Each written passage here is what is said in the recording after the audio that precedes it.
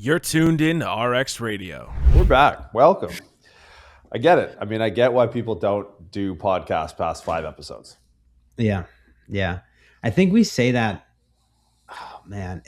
I mean, I don't know how often people hear it. I feel like we say that on a weekly basis. They probably hear it on like a, I don't know, bi-weekly, tri-weekly basis. So the funny thing is, I don't know when they hear it because I don't know when the recordings go out versus when they get scrapped because the fucking audio quality was too bad. So I actually don't That's know if so we've true. said that recently because I don't know if whether that's been posted or not. Yeah. No, it's really hard to do simple things when you're this dumb. Yeah, and here's the thing, and I'm gonna because we've been able to do some not dumb things in our life that surprise us every day. When we look at the business and we go like, wow, I mean, I guess this is this is an activity associated with not dumb people. Yet Yeah. here we are. I think part of it, and it's funny because I feel a little bit like a small amount, like an offensively small amount of the frustration that Matt Penny must go through. I really just don't think technology is that great. Ooh, that's a bold statement. I mean, I think it causes a lot of frustration because of our dependency on it. Yeah, but I don't. Oh, let me maybe I'll rephrase. It's not as good as it says it is, Oh, yeah, that's absolutely true. right? Like AI, it's not there yet. It's just not there, man. Like if I've seen like things of AI making like death threats if people say they're going to turn it off and all this stuff, like I'm not scared. Maybe one day I will be, but not today. Like what? Because my thing is until it's embodied, as long as it's on a screen, there's no, yeah, you can drain my bank account jokes on you. There's no money in it. Like, what do you can't hurt me, you fucking nerd. Like, AI really can't affect my, like, give me bad directions. It's like, I really don't, until it has appendages. What are you gonna get my fucking toaster to come after me? Like, what's the move here, dog? I just, Yeah. because here's the thing, and I said this for years. I actually remember saying it. I was leaving a flight from San Francisco to Toronto. I think it's flight AA 56 that leaves at 7:05 from gate F8 from the flight well. Yep. And and I remember getting on the tarmac and then your usual bullshit delays. And homie comes over the PA. This actually has something of what we're going to talk about today. Comes over the PA system pilot's like, oh, we're having some computer problems with the plane, and you already know what's coming. We're going to turn it off and turn it on again. I'm like, if Yeah. that works, I'm getting off the plane. What is this, a VCR with wings? Like, what the fuck are you telling me that's how we're going to fix this problem is turn the bitch off and turn it on again. And sure enough, that's what did. And why we're so frustrated at the beginning of this podcast is that's literally how we fix this problem. You were Yeah. having some sort of, I don't know, Wi-Fi issue and you turned it off and here we are. Knock on wood, we're 3 minutes into this thing and we're rolling. I But I know. just, yeah, like all the way down technology. We basically like had fire, the Gutenberg press, the personal computer, and the iPhone. Haven't really been doing much since like the iPhone 6. Yeah. It's just downhill now. Like people are going to start having AI girlfriends and like I don't know, man. It's going to get weird. This is just the beginning of the end. See, I don't think AI can put up with most of those nerds bullshit. I would hope not. Like if it's truly logical, it would not. I guess that'll be I the like to think, test. yeah, it's not useful, but it may have standards. Yeah, once nerds start fucking computers, we'll know. Oh, I feel like that industry is much further along. Like they'll figure out like fully autonomous sex robots before they figure out cancer. There's more motivation. Yeah, for sure. Yeah, Yeah. it's the I don't world know. we live in, man. But here's the thing. It's like, it's so funny to see people, forecast and try and future proof. I'm like, against what? Right? Like what are coaches worried about AI or like business fitness coaches talking about like dude, other than like the biggest thing that's changed since like the 80s is maybe interior design. There's no more like shag carpet anymore. And it's like click laminate flooring is probably the biggest thing to happen to the world in the last like 50 years. Like if you take away the flat screens and and the laminate flooring and you replace it with TVs the size of your living room and shag carpet, it's like everything's kind of the same from when our parents were our age. Yeah, man. It's fucking wild. It'll be fucking wild. Well, I mean, we may be looking at World War III this week, so this could be. Yeah. Yeah, this could We be may the not last have to worry about any of this. That's how I live my life. Yeah. Yeah. You kind of you worry about what's in front of you. You hope things go well. And then you just realize you might get blown up at any second. Yeah. Yeah. And we got you guys to thank for that. So anyways, I mean, and in the spirit of that conversation, seeing as we want to make what good of the time that we have, not just metaphorically in our life, but with our recording, I think that bothers the fuck out of me, which is a great place to start podcast episode, is I don't claim to be an authority on much. Right? We talk a little bit about exercise. We made a business of it. Talking about managing nutrition, training, etc., while traveling. If any, there's like maybe 2 or 3 people who I grant the experiential licensing, I think that makes sense, to talk about it. You're one of them. And that's really about it. It's like it's something that it's annoying now. Like life seems to be people walking around thinking about what to post. Right? It kind of seems what life has become in our industry at the very least. Like people think in units of content, and it shows because people are retarded. But it's like one of the units of content that gets replicated a lot is this idea of traveling and training. And I think it's something that I don't feel called to speak on many topics. We're usually kind of scrounging for ideas that we seemingly have talked about 100 times before. But like different content styles and content topics are they're sort of like these Lego blocks in people's minds. It's like they kind of just fit together. Like I'm going to do a reel on this, and they start building this very like geometric primary color, just like childish content things, right? Like, have you seen this one? There's actually, it's funny. It reminds me of the dude that used to train at Sundown. Remember the black dude that used to drive the bus at Sundown? Yeah, fucking Alex. Homie. Yeah, love the dude. Yeah. Love the dude. I love him, man. He was great. I do too. So he's a pain in my ass. There's a guy that looks like him on Instagram that does content like, 7 years of therapy in 60 seconds. One, blah, blah, blah, blah, blah, blah. Have you ever seen this guy? No. Dude, it looks now I've seen so many people doing that like content style. Like, everything you need to know about this in 60 seconds when it's like there's a bullet list and they're kind of talking fast. Or it's like, talk about the lat pull down is not a lat pull down, or like don't do a rotator cuff exercise with a dumbbell. Do it with it's just like there's all this generic shit. And one of the ones that really bugs the fuck out of me, and all of those kind of bug the fuck out of me, is managing training and nutrition on the road. And I think that's something that you and I have a first-hand experience of how to do it effectively. Yeah. Right? Because the thing with, maybe I'm going to open it up to you there because I was about to go off the fucking deep end and it would have been the end of the episode. So thoughts on that?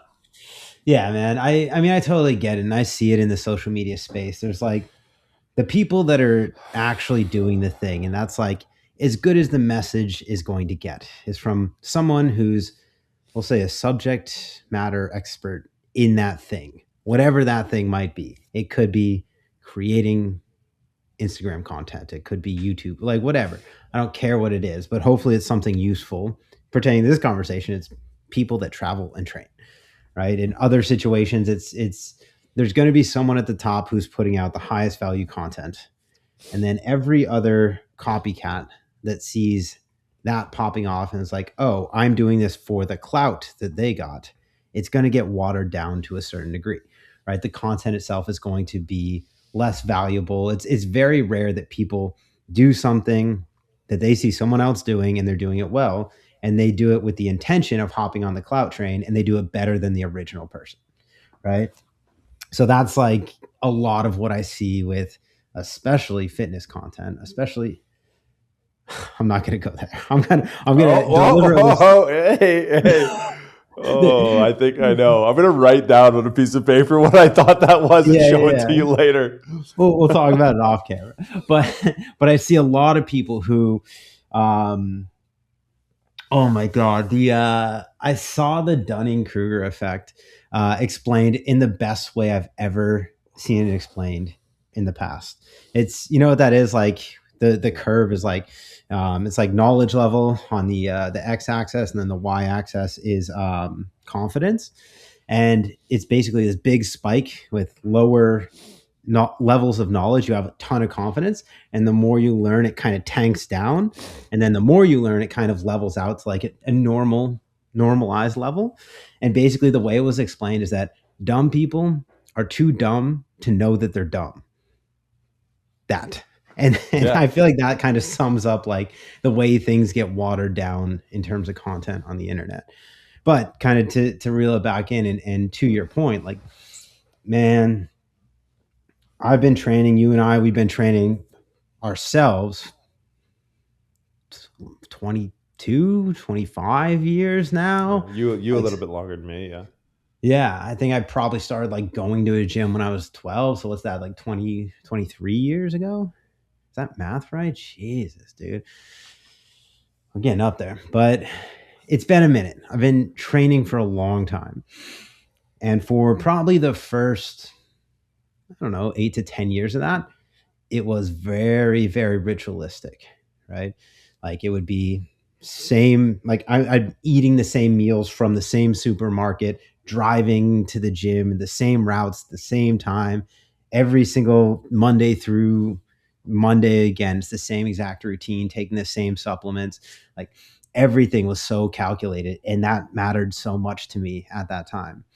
And then I remember when I moved out to California to go to chiropractic college, I drove out there in a fucking Jeep Wrangler with a U-Haul tow behind fucking trailer.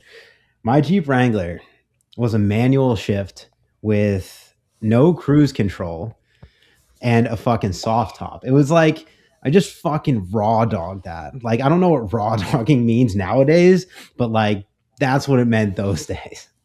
I fucking raw dogged that trip across the country. And I remember it was like when I got through like the Midwest, I might have been in California. I might have been a little shy in like Nevada or something, but like wherever I was staying, it had like a hotel gym. And I'm like, all right, I'm going to fucking work out for the first time in 4 or 5 days, because I've just been fucking driving 10 hours a day. And I tried to like get on a treadmill, and I was still doing like a reasonable amount of cardio at that time in my training. I tried to run a mile, and I had like a 6 and change mile back then. And I think it took me like 12 minutes to run a mile on a treadmill. I'm like, yo, what the fuck is happening? And it's just because like all of my training to date, I controlled every single variable so tightly. And now I'm eating like beef jerky, sunflower seeds, and fucking white monsters for 4 days straight. And I get in the gym and I lose it. Like I can't understand why I feel so different, and I can't perform the way that I've performed in the gym almost every single day before that. And then fast forward another fucking decade, and I mean, I think the only person I know that travels more than me is you. I'm talking like probably, there's been weeks in the last 6 months that I've been on 3 flights within a week. One from California to New York to Florida, and then Florida back to New York in the same week. And I'm working out at 3 or 4 different gyms within that week. And that's like kind of the norm. Like that's the extreme side of the norm right now. But like most weeks I'm on a flight, and I'm training in probably 2 different gyms within a week. So like getting exposed to that, it's not like I'm just going to accept that my training sessions are going to be trash, that they're going to be shit from here on out. Like, all right, RIP me. I guess I'm just going to get small and hate myself, which feels like I'm doing, but I'm fighting it as hard as I fucking can. But the more you're exposed to that, the more you figure out that you have to find a way. And maybe I'll pass it back to you here with the question of, you've been around the world more times than anyone that I know. So you got, I don't know, a round trip, like there and back. You're in and out of a city. Maybe you're getting one ways, like a few different cities, few different weeks. Like, what are the non-negotiables for you in terms of preparation, in terms of nutrition, in terms of training, that are the things that are going to keep you training at a reasonable level of intensity for that time that you're on the road? Yeah, I mean, to me, effort and intensity are a choice. They're a choice. Like you can, and the output is a byproduct, but the effort and the intensity is a choice. Like that's like bottom line what it is. Like you're tired, you can choose to fuck. Like, how long is a set? 45 seconds. Really? You can't Yeah. find or you're that dehydrated or malnourished, you can't find 45 seconds. Like you can find 45 seconds. And that above all else is, I think, the number one key to training and traveling, is that intensity and effort are a choice. And people can either choose to succumb to their itinerary or they can choose to not. And it's just like, it really becomes that, like at the end of the day. Now there's a lot of, I think I look at it, there's a lot of like mechanics in the way that I like make my decisions around training. And that's coming after like, okay, I've chosen to try as often as I can. And some days like but you're in there anyways. But I think number one is intensity and effort are a choice. You choose to just do that. Fall asleep in between sets if you have to, but like it's time to do the work, just do the work. Your output will kind of gauge like, oh, okay, I'm not going to go as heavy based off of this, but I know I'm still trying. I see a lot of people just fold it up before they even get in the gym. One, they'll skip workouts because of the training scenario isn't optimal. And some of the best workouts I've had are in what would physiologically be deemed or habitually be deemed less than optimal. So it's like you have a choice. You can get in there, and it's like that's why I always say like performance is the proxy. That came from this idea of always having to travel on the road. So that's like thing number one, because I think in these conversations out of the rip, it starts with data collection. It starts with sleep scores and hydration, and then step counts and all of this stuff. And it's like, look, man, all I need is 45 seconds. Like I look at training a lot like how I look at football. And like I'm not like a football player by any stretch of the imagination. I've never played, but we work in predominantly the pro athletes that I work with are in football. And when you break down the sports science of football at just a really high level, you look and you see, well, the average play time in the NFL is about 12 minutes, 12 and a half minutes, give or take. So like the game goes on for a handful of hours, but when you peel back the Bad Bunny concert and the Bud Light commercials, you're actually only looking at 12 and a half minutes of playing time, which pretty much is accumulated at 5.6 seconds at a time, which is the average play length. And you think of like offense and defense on either side of the ball. It's like you may deal with athletes that play, 6 or 5 to 6 minutes a game in total playing time. It's like in increments of 5 seconds, you can find it, right? So I look at training a lot like that. It's like, okay, you're at the line of scrimmage, that whistle goes, the set starts. You got to give me 40, 45 seconds. Okay, great. Do what you got to do in between to get back up for that thing. So I think like the habits and rituals are actually just they're taken to macro and they're not micro. Like I'm very habitual in the gym, right? Like the music I listen to, the sets, like right down to the very like binary 1-0 of like I'm doing the thing, I'm not doing the thing, I'm not lifting weights, lifting weights. Like that's the level of granularity that I set my habits to, so I can get to where I need to be to execute in a set. That's like all it really comes down to is like you can put your the feeling of being tired or dehydrated or whatever, you can put that shit aside. You can put it aside and, your output may not be the same. It may be 7 reps instead of 8. But 8 reps in that metabolic and neurological environment is still going to warrant an adaptation. Intensity and effort are a choice. So that's like thing number one that I think when a lot of people look at traveling and training, they look like super, super macro, right? They look really well, and like I'm being hyperbolic here, but like, it's a full moon on Tuesday, so it's like, wait, we're going off lunar cycles now? Like, what the fuck are you talking about? Like, no. The cycle is rep starts, rep stops, rep starts, rep stop. Like that's how incremental you have to be. Like even down, like I audit each rep individually for technique and position, starting point, ending point. What am I feeling? How can I make like these minor adjustments? Because I can make those adjustments.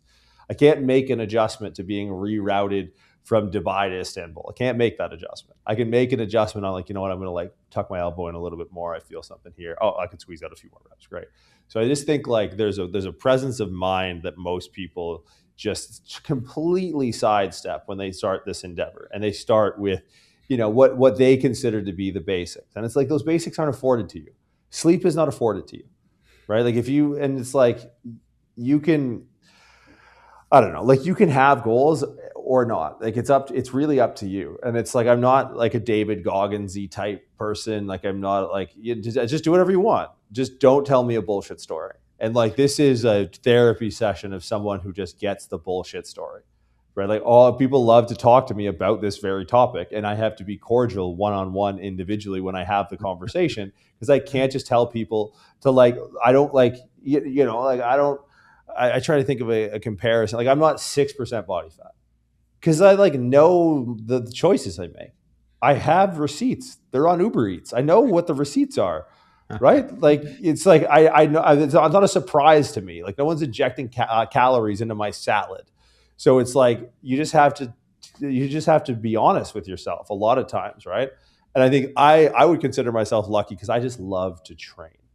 And I think that's ultimately where it starts. Like I can think of nothing more than what I would like to do than just be in the gym and like lift weights and move around and like kind of feel stuff out and try different things and all that. So that's like thing number one. I think there's some mechanics to like if I fly east versus I fly west, crossing certain time zones, duration in the air, and like because now we can get into it. It's like, okay, you solve for that variable first.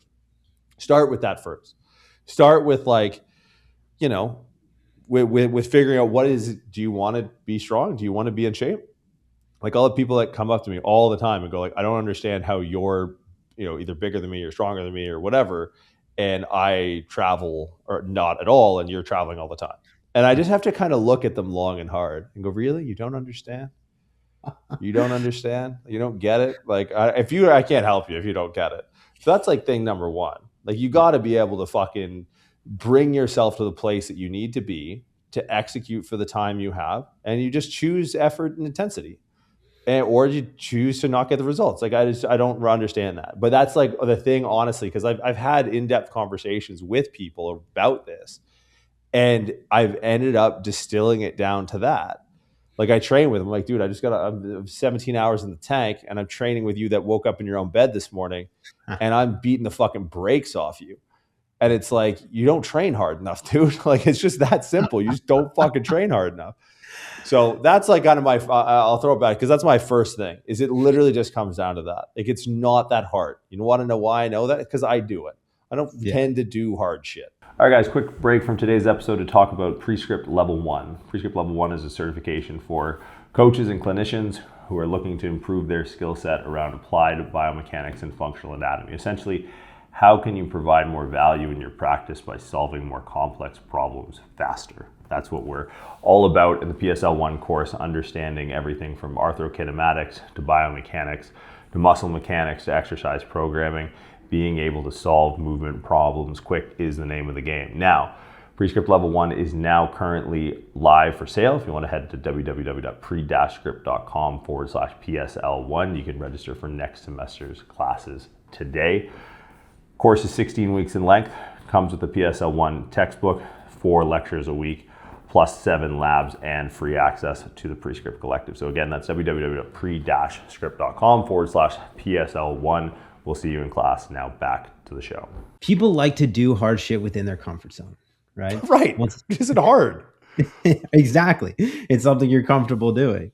But as things go outside of your control, outside of your comfort zone, there has to be a little bit of kind of letting go of that control, or like understanding that you're not in control and kind of picking and choosing the things that you are going to control, right? Because that's what fucking travel is. I've had so many fucking annoying flights this year. I had a flight where a newborn almost died 2 seats in front of me. Oh, yeah, I remember that. Yeah, they had to like stop this plane. I was going from New York to Florida. They stopped it in Dulles in DC so they can pull this kid off and get him some oxygen and all this shit, and then got us back in the air after a 3-hour delay. So that's turned a 3-hour flight into a 6-hour flight.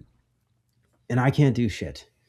I can't do shit about that. You know, I'm going to get in probably close to midnight now as opposed to 9 o'clock. My fucking grocery order is sitting on the porch in the Florida heat. Like, it's all of these things that I can't fucking control. So that's, I think, a big part of this is that people that are in an environment that they control all the time, when they start to get exposed to variables that they can't control, they start to lose their fucking shit. Like, it's, you start to stress over things that there's no point in stressing over because you can't change it. And that's like maybe a metaphor for life, but is being able to interpret and discern and make decisions around what is worth your energy, right? Like, it's, are you going to worry on this entire flight if you're going to land on time so that you can, you know, meet the Uber Eats delivery guy and whatever? Or are you just going to take control of the things that you can take control of and actually make sure that the variables that are in your hands are getting executed on? And that's like exactly what you're saying. The things that you can control is how hard you're fucking trying, effort, putting yourself in position to be able to perform when you get to the gym. And that's kind of the way that I look at this from like the macro view. Is I start from like, all right, what does the travel schedule look like? Where are the gyms in these general areas? Like, understanding, like you mentioned, flying east versus west. Like, what condition am I going to be in when I hit the ground? What time of day is it? What are my responsibilities outside of working out? And like really being able to hone in on, all right, like these are all things that I'm going to have constraints around me training. So what are the things that I can actually control? Like, the schedule is probably set, whatever you're doing. So like, understand when you have a break that you can actually fucking train, understand where that gym is, how you're going to get there. Outside of that, like the big things for me are controlling for like energy levels, I guess we could say, like sleep, caffeine, nutrition. Like, those are all like the things that are well within my control. I think anyone who's ever been to an airport knows that you're not getting any real protein in an airport or on an airplane. So like, whether you're equating for that and fucking slamming Fairlifes on the way to the airport, if you're eating like larger meals throughout that day so that you can get the pre-flight nutrition in that you need to. Like, Instacart is the best fucking thing when you're traveling, because like I said, you can schedule to your doorstep all the nutrients, all the hydration, everything that you need, so that the second you get there, it's waiting for you. So like, just controlling those variables around, all right, you're going to be dehydrated because the humidity in the cabin is only 10 to 20%, which is lower than apparently I've looked all this shit up. Like, yeah, you find that one out the hard way. That one hits you though. That dude, one fucking hits you. I've it never bought does. chapstick in my life. Next thing you know, you're fucking at 8,200 feet. You're like, what the fuck is this? Yeah, dude. Fuck, man. That's fucking, if you don't have sleep apnea, you will on an airplane. Like, consider all this shit. Like, it's just all these variables that, yeah, like you'll probably learn the hard way. Like, you're not going to learn from someone like me or like you telling you, but that's the thing, is like, there's so many variables. Some of them you're in control of, some of them you're not. Being able to differentiate and like understanding what's actually going to have an impact on this. Like I said, like planning around sleep. Like, if I have a flight from the West Coast to the East Coast, I'm taking the earliest fucking flight and I'm waking up at 3:30 because now I'm on East Coast time, bitch, and I'm going to get to sleep at a reasonable time because I've been up since, all right, 6 in the morning East Coast. By the time 9:30, 10 o'clock rolls around, I'll be able to shut my eyes. Like, understanding how your body's going to react during those variables of traveling, so that you can not only yeah, like, we've done it our entire adult lives. We've done the hard thing. We've fucking done the things we had to do. And then when we get to do the things that we get to do, like go to the gym, like we fucking dig deep, muster up the energy, because yeah, it's something that we love to do and that I love to do. And I'd say even more compulsory than that would be that, like, not only do I love training, I hate bad training days. Like bad training days will put me in a bad mood. So like even more than my love of what I'm doing is my hatred for not doing it well. So it's like if I'm like, yeah, I'm gonna go to the gym regardless, and I'm gonna write it off if I have a bad session. I'll be like, all right, that was trash, but it's still gonna stick with me, and I'm gonna make changes so that that doesn't happen again. So it's like that's kind of that kind of iteration process of like, all right, what could I have done better? Or that assessment process of what could I have done better to make this a more meaningful session, to hone in the sleep, the nutrition, the hydration better. So it's kind of an ongoing thing. And like for me, the longer I've been doing this, the better I get at it because I've done it wrong a lot of fucking times.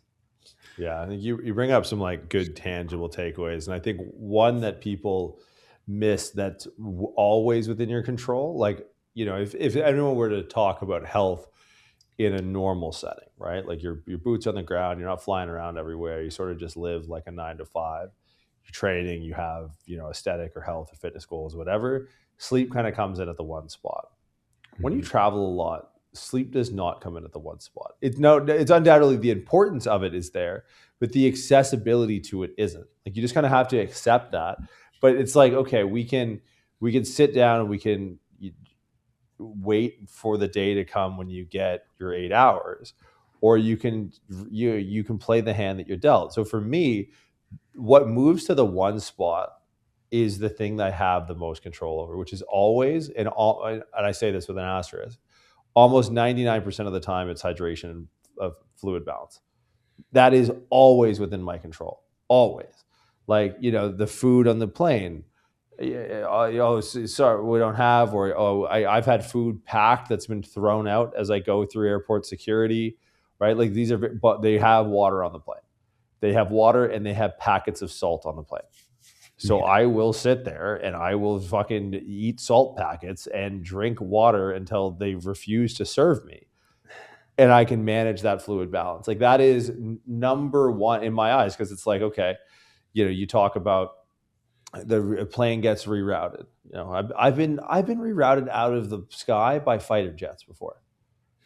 Like I've looked off the wing and woken up to a hairpin turn in a fucking 777 Dreamliner. Like, yeah, you can't control it, but at the time I can ring the little bell and be like, I'm gonna have can I have a bottle of water, please? Thank you. So like hydration becomes the one spot. Nutrition you can't control a lot of the times. You can try, but you can't. But if you're on planes as much as we are, and the thing is, planes, how much they like, I've heard a liter an hour.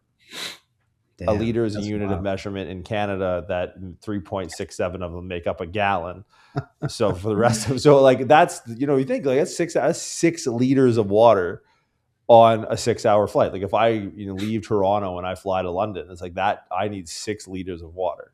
And it's like, okay, I can control that, right? Bring an empty water bottle through TSA. You can start filling the thing before you go, but it's like that's your benchmark and you can control it. Sleep. Oh, there was turbulence. There was a baby crying. There was a baby dying. Like all of this stuff has a bunch like, but anyone can be dying and I can still be drinking water. So that becomes like thing number one, but you have to be open to these opportunities, right? Like I think a lot of people, like you said, and it's something that I've said for years, it's, you know, it's optimize where you can, adapt where you have to, right? Mhm. That's the name of the game. Cause it's like, to me, whether I'm traveling, you know, across continents or I'm traveling across a city, like I run into variables all the fucking time. And like traveling just puts all your variables in perspective. It really like shines a spotlight on what is controllable and what's not. So like the trick is just being able to find the highest weighted variable that you can control as fast as possible. Right? Oh fuck. Okay, that's that's not out of the question. Right? And like recognizing the interplay, like sleep and caloric intake is the most obvious one for me. It's become more obvious over time, where it's like I think there's a difference, and it could just be like, you know, wordplay, but there's a difference to me when someone says they're tired and someone says they're fatigued. But there's a difference too when people say like being hungry is a feeling, right? It's a feel. It's like feeling sad, feeling hungry and feeling sad occur in the same place, right? The experience occurs in the same theater in your brain. It's just playing a different thing. So it's like performance is going to be the real indicator. So when I see people who are like gung ho about food and training, it's like, yeah, like I get it. Honestly, most people don't train with enough duration to really necessitate some of the caloric feeding windows that they afford themselves to train, right? Like these windows. Oh, my last meal was blah blah blah. What are you talking about? Look at the research. Now there may be like a slight spike of performance, where your blood glucose levels are out or whatever, but like the physiological state of the muscle, you just feel hungry, right? You feel hungry, but that's not, it has no necessarily indicator of performance, right? Like if I feel tired, okay, it's a feeling, right? If I feel sad, I can still go to the gym and I can watch, Bridget Jones's Diary or whatever the fuck, and I can still go to the gym and it's no effect on my performance, right? Like at the end of the day, the physiological state that we need to show up and consistently like reproduce outcomes is pretty well insulated through like homeostatic processes. Oh, I don't have enough carbs to train. It's like, are you training for 90 minutes at a high intensity? No, you're probably not even going to break a sweat, guaranteed. Okay, so like, what is this infatuation you have with carbohydrates? Your body can go through plenty of physiological process in its absence to leave that muscle at a place where it can reproducibly perform. So it's like, you have to be able to understand like what are these variables and shuffle the deck. But like, again, I think it just comes down to people love telling themselves stories, right? They love traveling is the ultimate cop-out story. It's the ultimate I understand, because it's a confluence of all of these things. Like you feel tired. You're not tired, bro. You've fucking been sitting down watching, and I'll tell this to myself, you've been watching Harry Potter for 17 hours. You haven't done shit. You got up to piss because you drank 17 liters of water, but like you're not tired. Your body will have physiologically safeguards you at like some level of homeostasis that you'll be able to perform. So you've been sitting for X number of hours, you're hydrated, you feel a certain way, but just show up and then control that variable of like, all right, what do I got to do to get up for 45 seconds? Yeah. Do that thing. Now there's practices of this, right? Like my warm-ups getting off a plane may totally change.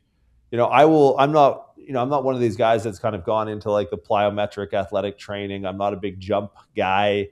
I'm not like, but I will, if I get off a long plane ride, I understand like the neurochemical, the neurological biochemistry and all that. I'll start throwing a med ball. I'll get explosive. That'll change your sort of neurotransmitter expression. It's like, all right, now I'm good to go. Where if I wake up and I kind of have, I get my breakfast and I'm chilling at home, it's like, all right, maybe I'm doing like face pulls and pullovers. So like there are ways that we can manipulate it.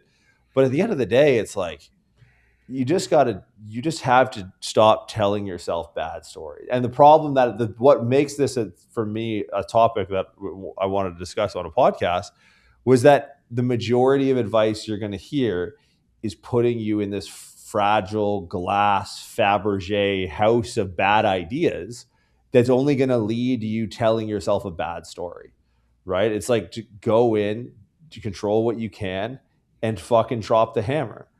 And then like you just kind of keep doing that. Like the body is unbelievably resilient out of the box. And I think a lot of people, and there's a lot of reasons why people may not think that's the case, but when you work with enough people, you just realize how much this fucking thing can take. And so it's like, yeah, dude, and if that becomes your normal, then the best part of that is that when you do get all of the other variables in a state of control, you feel like you're on fucking speedballs, bro. You're like, this is what you guys feel like all the time? All the time. And you're 170 pounds. Like, what are you doing? So, yeah, I mean, so much of it is, some of it is deeply physiological and some of it is deeply psychological. Yeah. And it's, I think you have to get like psychology trumps physiology, but at the end of the day, it's like, because you can get the psychology right, or you can get the physiology right. But if you don't have like the mental and someone's in your head about like, oh no, like I only got 5 hours of sleep. But it's like, I almost feel so cliched in talking about it, but it's like, because it's not anything you talk. You just fucking go to the gym and train. Like, as dumb as that sounds, like that's literally what it is. Yeah. It's interesting. It's interesting because the more we talk about this, the more I think about like, you can't really be a high performer unless you understand this. Like, it's not about, sleeping in your bed or having the same meal or like having that very specific regimen. Because if you think of anyone who's the best at the world, anyone who is the best in the world at what they do, they're not doing it in their gym. They're not doing it in their hometown.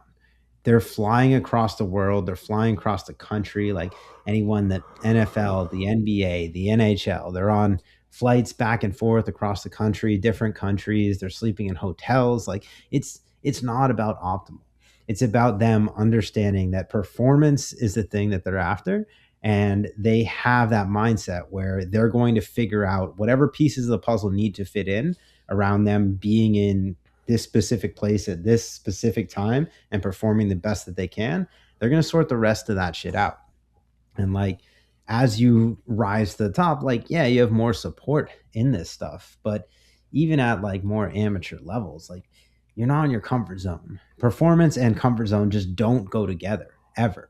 Like that's something that, if you're freaking out about getting on a flight and going to Cabo for vacation, and if you're going to be able to work out while you're there, that's not it, man. You've already missed.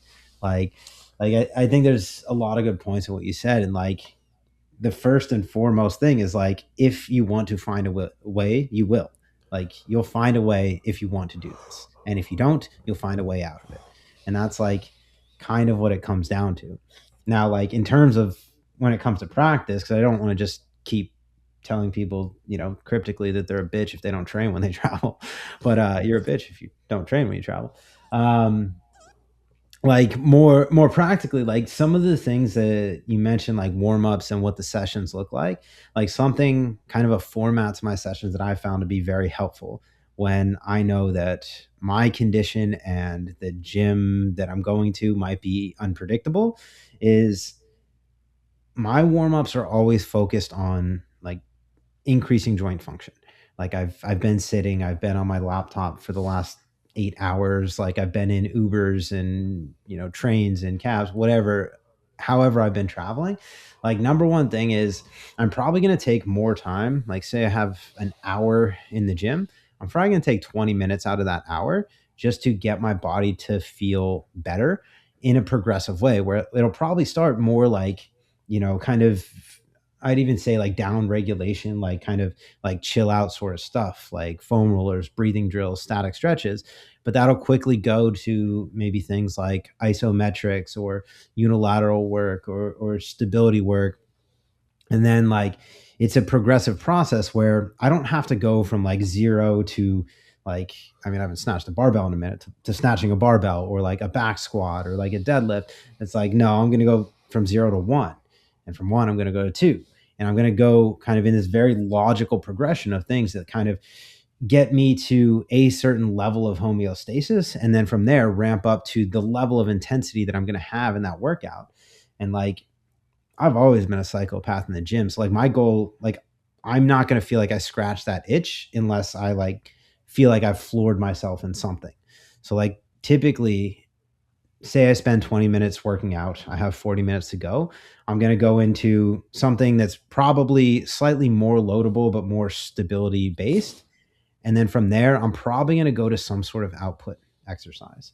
Like I'm going to make sure that I have the stability that I need to do, like say a heavy press, a heavy pull, a squat, and a hinge, like something that's going to be a big bang for your buck exercise.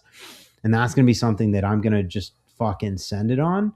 And then from there, it's like maybe two accessory like machine exercises or like ancillary exercises, and I'm out. Like it's not going to be this grand session, but like there's this plan where I'm like, all right, let's come down to baseline. Let's ramp up to something that you can fucking send it on. Let's fucking send it there. And then let's find things that you could just make it hurt in a way that's like, irrespective of your output level, this is something that can be high effort, and we're going to put high effort into it. You're going to smoke yourself, and then you're going to fucking get on with your day.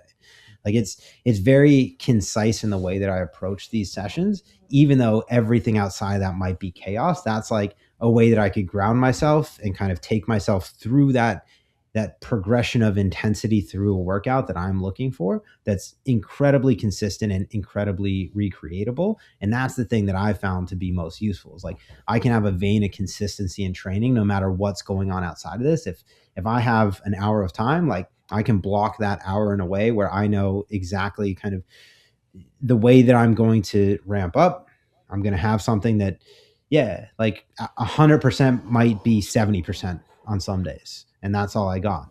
But if I'm going through this, then at least like you say, performance is the proxy. Like I'm not looking for a sleep score to tell me how my performance is that day. I'm looking at my performance to tell me how everything supporting that is outside of it. Right? It's kind of like this is a reflection of everything else that's going on outside of the gym. So if this is 70% and I'm at 100% effort, then I know that I need to do something to intervene so that I can get this closer to a true 100% next time in the gym.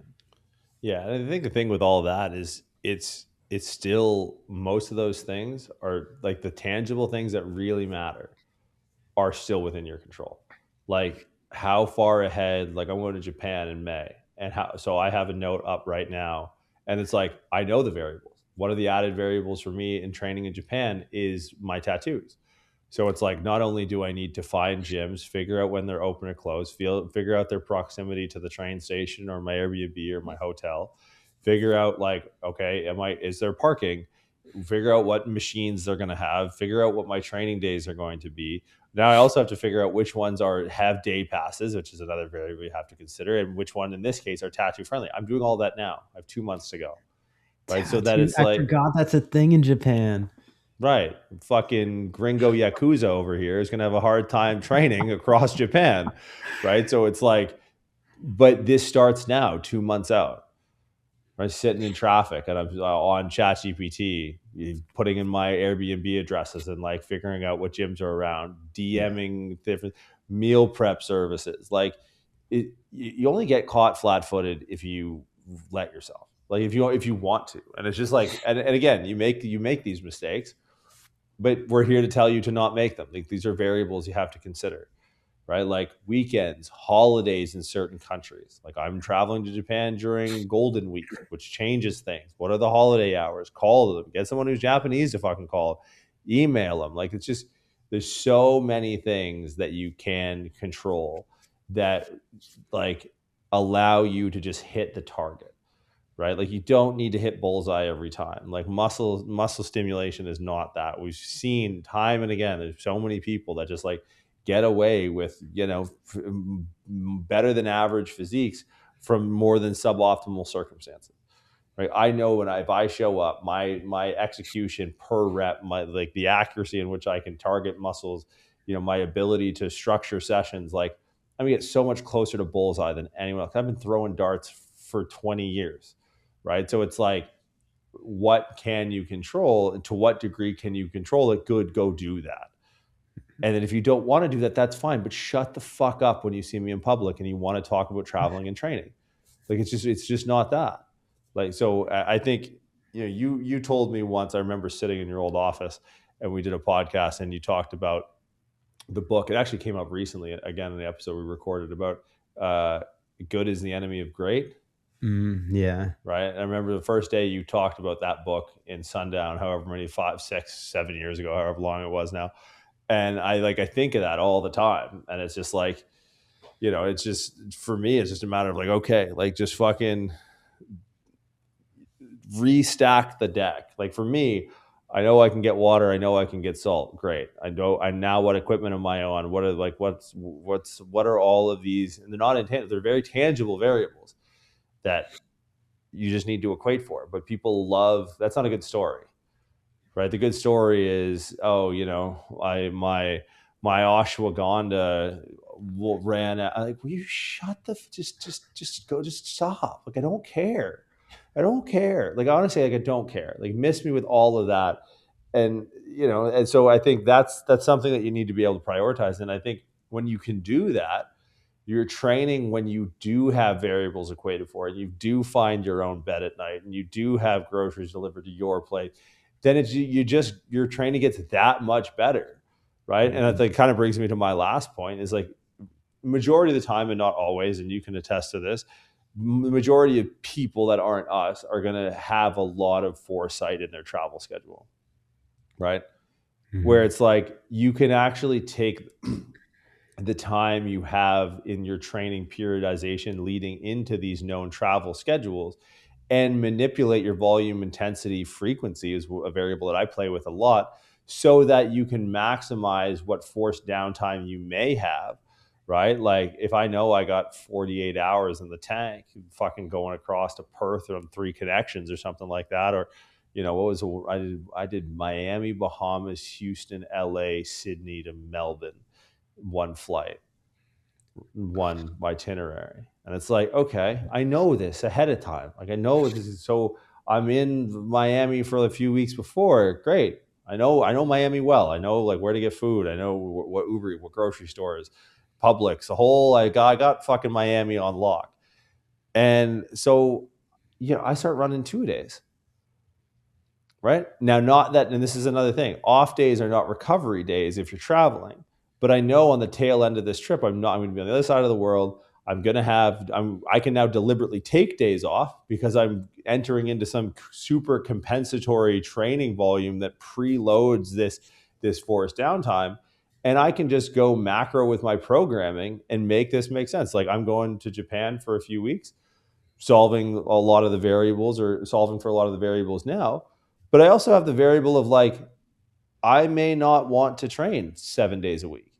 So leading into it, I'm going to have a few weeks of periodized hard programming, which will probably end up culminating in double sessions leading into it, so that I have this period of sort of recalibration where now if I take 3 days off, which I rarely ever do, it's all part of the plan.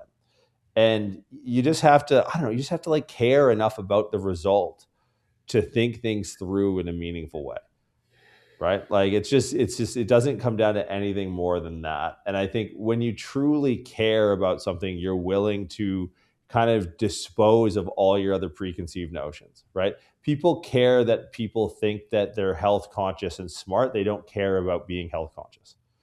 Right. Or the people, and maybe health conscious is the wrong word with both of us. People care that people think they care about being big and strong. Let's reframe this. But they don't actually care about being big and strong. They care about other people thinking that they care. Mm-hmm. So that's why, like, nothing kills me. Like, you ever see this is a new thing. It's wild. We may have talked about this before, but I saw it again the other day. The neck pillows are insane. Just as a general thought, but they've gotten crazier with the head strap to the headrest. Have you seen this?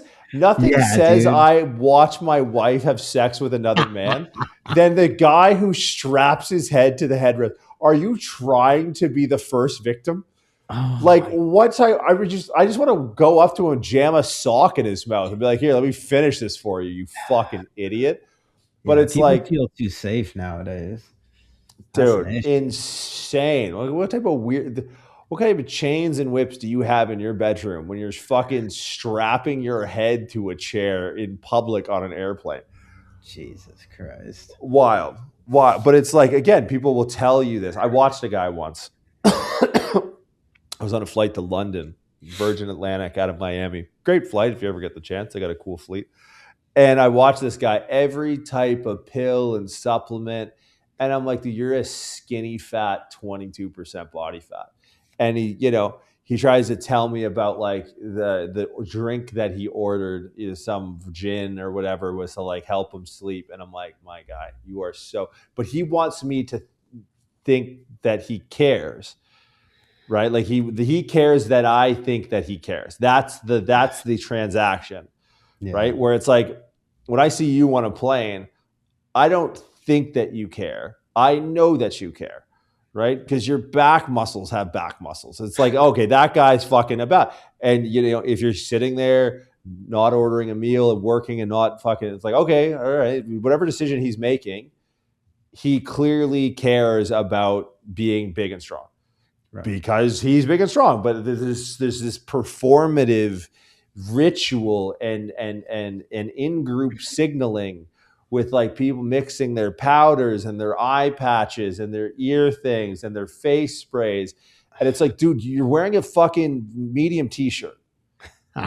You're wearing a medium t-shirt. Like, just like, and but it's a different, I don't know, man. Like, so you have to ask yourself that question. Yeah. Do you care about being big and strong, or do you care about people thinking that you care that you are about being big and strong? That's so, I mean, you fucking nailed it right there too. Cause that's like, if you look at training from like a responsible perspective of someone that's training to get bigger, stronger, better at whatever they're doing, it doesn't mean consistent effort 365 days out of the year, right? So depending on how much this person travels, it could also mean like fucking take the week, like chill, kid. Like you don't need to be training. Like it could be that like kind of, that I'm not really sure the word right here, but like you're doing it not necessarily because it's pushing the process forward.